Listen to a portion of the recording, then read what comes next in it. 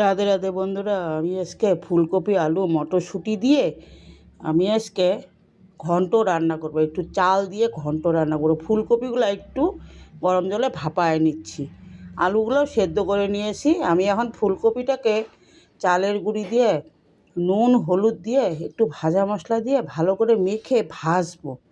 এটাকে তেলের মধ্যে ভালো করে ভাজবো আমি। এটা দিয়ে আমি অল্প চাল দিয়ে নুনিয়া চাল দিয়ে এটা দিয়ে ঘন্ট রান্না করব আজকে। আমি এখন মাখা হয়ে গিয়েছে, এইটা দিয়ে তেল বসায় দিয়েছি প্যানের মধ্যে। এখন লাল লাল করে ভেজে নিব, তারপর আলুগুলো এমনি ভাজবো ওটা। আর মটরশুঁটিটা আমি সেদ্ধ করে নিয়েছি, এইগুলো সবগুলোই ভাপানো আমার। আর আলুটা সেদ্ধ করেছি। এইভাবে ঘন্ট রান্না করলে না দারুণ লাগে একদম। আমি এখানে মশলা লাগতেছে কাঁচা লঙ্কা, আদা, দারচিনি, এলাচ, লবঙ্গ, একটা বড় সাইজের টমেটো। এটা মিক্সি করে নেব আমি। আমার এদিকে ফুলকপিগুলো ভাজা হচ্ছে, ভালো করে ভেজে নিচ্ছি। এটার মধ্যে কর্নফ্লাওয়ারও দেওয়া যায়, বেসনও দেওয়া যায়। আমার কাছে চালের গুঁড়ি ছিল, সেই জন্য চালের গুঁড়িতে ভালো করে ভেজে নিয়েছি। আমি এখন নুন হলুদ দিয়ে দিলাম। এখন আলুগুলোকে ভাজবো আমি। আলুগুলোকে ভালো করে লাল লাল করে নুন হলুদ দিয়ে ভেজে নেব।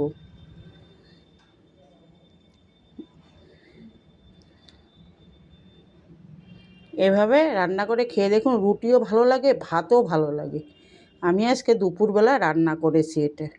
আমি ভাজা মশলা, জিরার গুঁড়ো আর এই যে চাল, নুনিয়া চাল নিয়েছি, শুকনো লঙ্কা, একটু তেল, আর আমি জিরা আর মহুরি দিয়েছি, আর গরম মশলা সব ওইটা দিয়ে দিয়েছি, এলাচ, লবঙ্গ, দারচিনি।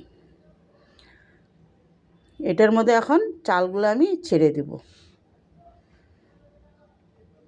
চালগুলোকে ভালো করে ভেজে নিয়ে এখন আমি ধুয়ে রেখেছিলাম, চালগুলো ধুয়ে রেখেছি, অল্প চাল দিয়েছি আমি। এটা দিয়ে রান্না করবেন না, খেতে দারুণ লাগে, খুব টেস্টি। আমার রান্না যদি ভালো লাগে, যদি মনে করেন যে ভালো হয়েছে, তাহলে কমেন্ট করেন একটা। আমার রান্না এর আগে বলছিলেন ভালো লেগেছে, ধন্যবাদ।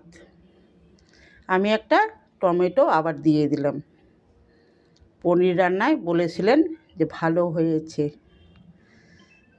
আমি এখন মিক্সি করা মশলাটাও দিয়ে দিয়েছি, চালটা ভালো করে ভেজে নিয়েছি, একটা টমেটো দিলাম।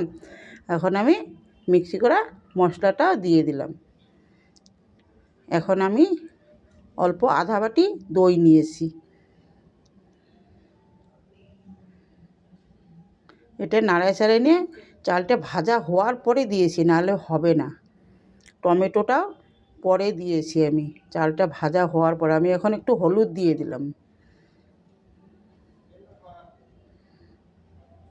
আমি এখন আধা বাটি দই দিয়ে দিলাম, আর ভাজা মশলাগুলোও দিয়ে দিলাম। জিরের গুঁড়োটাও ভাজা, আমি ভাজা মশলাটা বানিয়ে নিয়েছি, ওটাও দিয়ে দিলাম। এটা নাড়াচাড়ায় নিয়ে তারপর আমি ফুলকপি আলুটাকে দিয়ে দিব, মটরশুঁটিগুলোও দিয়ে দিব, ওটাও সেদ্ধ করা।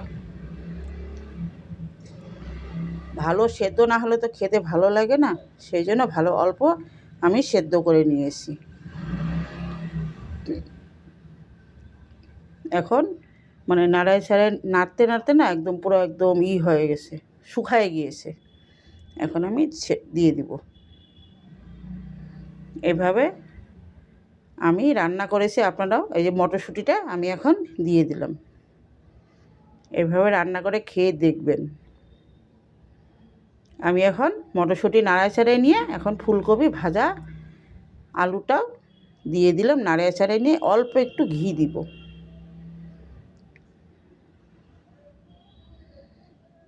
খেতে দারুণ টেস্টি ঘন্ট হয়েছে,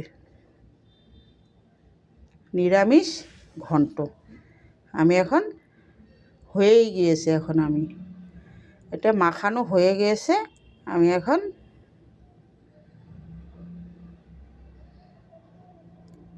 নাড়তে নাড়তে পুরা হয়ে গেছে এখন। আর ভালো করে তো মানে নাড়তে হবে খুন্তি দিয়ে। আমি এখন ওটা দেখানো হয়নি, 1 চামচ খানিক ঘি দিয়েছি, আর অনেকে অনেকটাই দিতে পারে, আমি বেশি ঘি দিইনি, 1 চামচ দিয়েছি।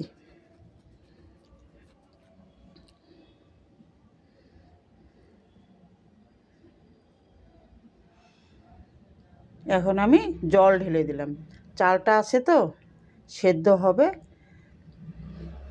এই যে এতটা জল দিয়েছি আমি, একটু চিনিও দিয়ে দিলাম। এটা ফুটে উঠলে আমি আর এতে আর কিছু দিব না, আর একটু পরে ভাজা মশলা দিয়ে ধনিয়া পাতা দিয়ে নামায় নেব। একটু ফুটে উঠেছে, হয়েই আসবে। এখন চালটা তো সিদ্ধ হতে টাইম লাগে না, তাড়াতাড়ি হয়ে যায়, নুনিয়া চাল তো। এইভাবে ঘন্ট রান্না করে খেয়ে দেখবেন, খুব টেস্টি হয়। আমি 1 চামচ ভাজা মশলার গুঁড়ো দিয়ে দিলাম। আমার রান্নাটা হয়েই আসছে এখন।